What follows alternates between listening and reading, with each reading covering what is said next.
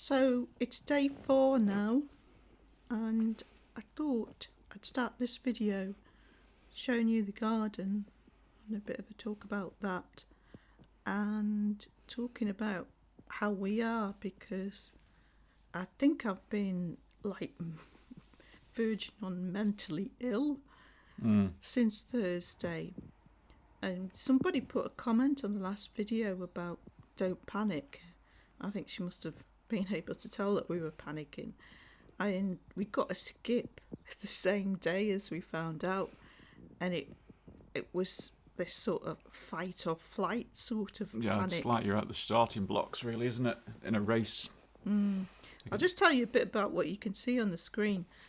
That tree that we've just passed, Ash tree, isn't it? ash tree, I think that must have seeded itself, because I don't think anyone would have planted one there. Well, a lot of this stuff now we put in ourselves, haven't we? Yeah, the hawthorn we put in, to continue all along to the rose bush to make it a proper, hedge. Is that snowberry? And then this plant here is snowberry.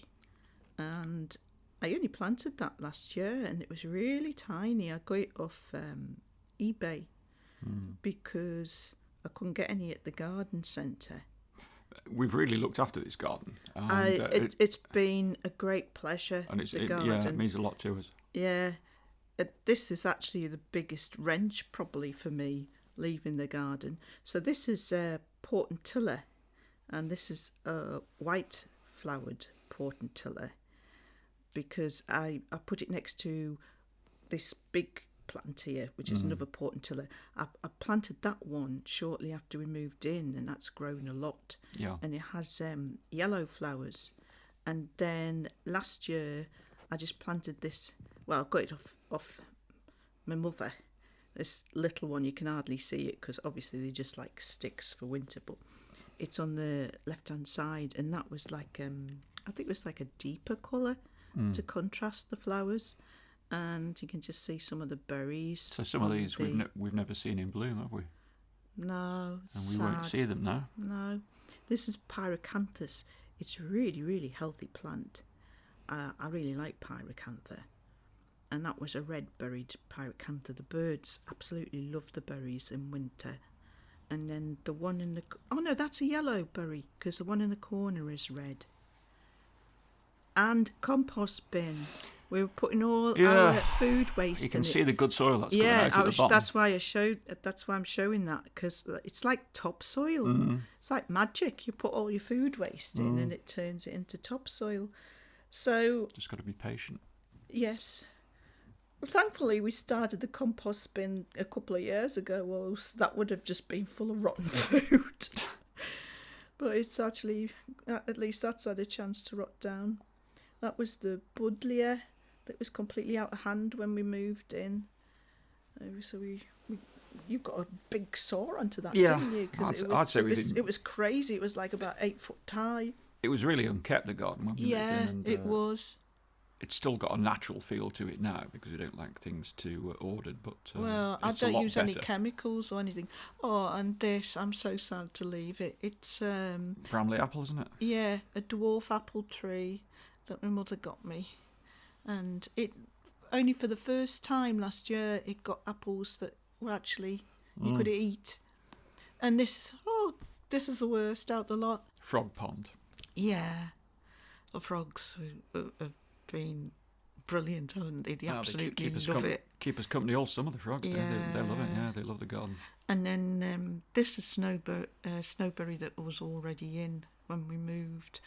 But it was just like 2 clumps, so we trimmed it a lot, so it all grew in together like a proper bush. It's been a great garden for birds as well, isn't it, with all the bush and the hedge as well.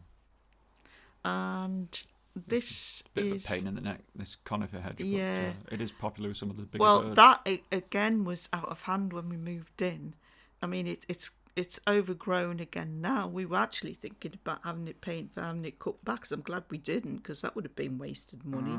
Because it cost us about £500 to have this tree surgeon out when we first moved in. It just shows you how much of yourself you invest. Yeah. In a home. Because it's your home. Yeah, and it's just snatched away from you. So I suppose a lot of people might say, well, you know, you should be sort of not when you rent a property, you shouldn't really get so attached to it. Maybe. You shouldn't treat it like a home, maybe, if you rent a property. Well, and that's where the robotic lawnmower was. Yeah. Okay, it's day 5. I just want to finish off this video by basically talking about what I wanted to talk about earlier. It's just I got totally distracted by the garden. That's what gardens do.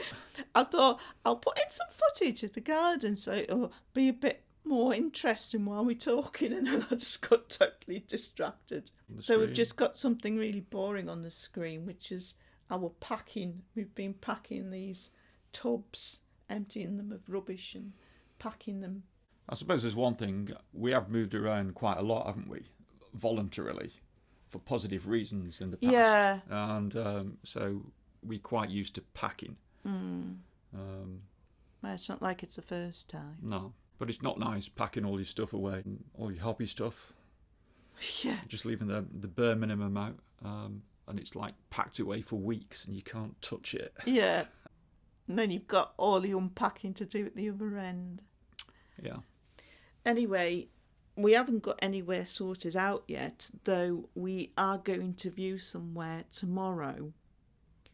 But we've started packing now because we've got that much stuff that we're not that fit, are we? I mean, I'm quite tired even now. So we thought it's going to take us a month to pack everything. Yeah. So that's why we've started straight away. Pace ourselves. Yeah. So we're going to look at another house tomorrow. Which is only about, 15 minutes away from where we are? Yeah. It's more expensive than where we are, but... Surprise, surprise. Yeah, no surprise, really. But we'll update you after we've viewed that property and see what happens about it.